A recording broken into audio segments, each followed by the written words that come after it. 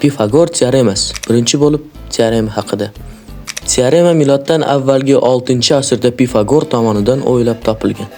Teoremaga ko'ra to'g'ri burchakli uchburchak katetlari kvadratlari yig'indisi gipotenuza kvadratlariga teng. Ya'ni a kvadrat plus b kvadrat teng c. Oson ekanmi?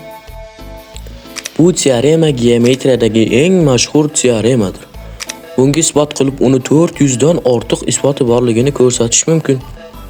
Endi bo'lsa qiziqarli faktlar. Oldinroq aytgandek, teoremada 400 dan ortiq isbot bor. Bu ko'p degani qo'rqmang. Bugun sizlarga siyqasi chiqib odamlarga qizig'i yo'q bo'lgan ma'lumotlarni valdiramaymiz.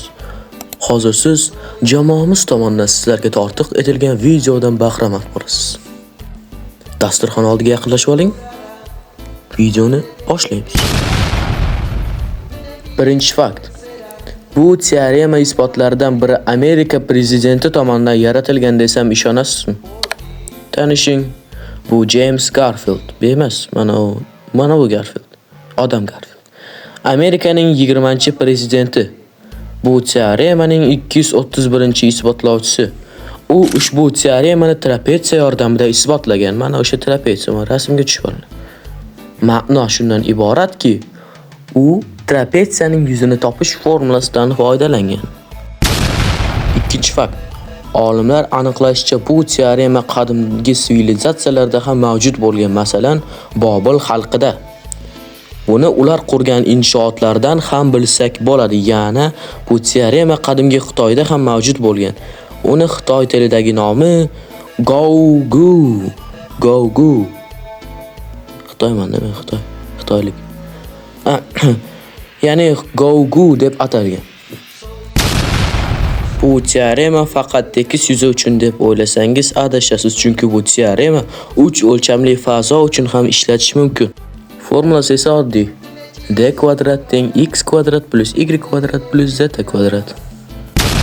To'rtinchi fakt. Pifagor teoremasi uchun Pifagor uchliklari cheksiz. Masalan, 3, 4, 5. Yana 5, 12, 13 hamda 8, 15, 17 va 7, 24, 25 bular davom etib ketaveradi. Pifagor uchliklari bu gipotenuzasi butun son chiqadigan to'g'ri burchakli uchburchaklar. 5-fakt. Pifagor teoremasini 10-12 yoshli bolalar isbotlagan paytlari ham bo'lgan. Sen bo'lsa o'tiribsan, hali ham uzr, qizishib ketdim. Qo'rqmang, bu formulalar orqali qanaqadir bir doskalarni to'ldirib qilingan narsa emas. Bu prosta tak bu isbot xullas rearrangement proof. Uzr boshdan. Rearrangement proof, ya'ni shakllar joyini almashtirish orqali qilinadigan isbot. Inglizmi? Ingliz. Bu isbot tabiiy va mustaqil. Yana ko'p marta amalga oshirilgani uchun aniq kim aniqlaganini bilmayman. Menimcha Elon Musk yoshli bo'lsa kerak. Mana azizlar, azizalar, dilshodlar va yana kimlardir. Video yakuniga yetdi. Yana bir gap. Aqlingizni charxlang.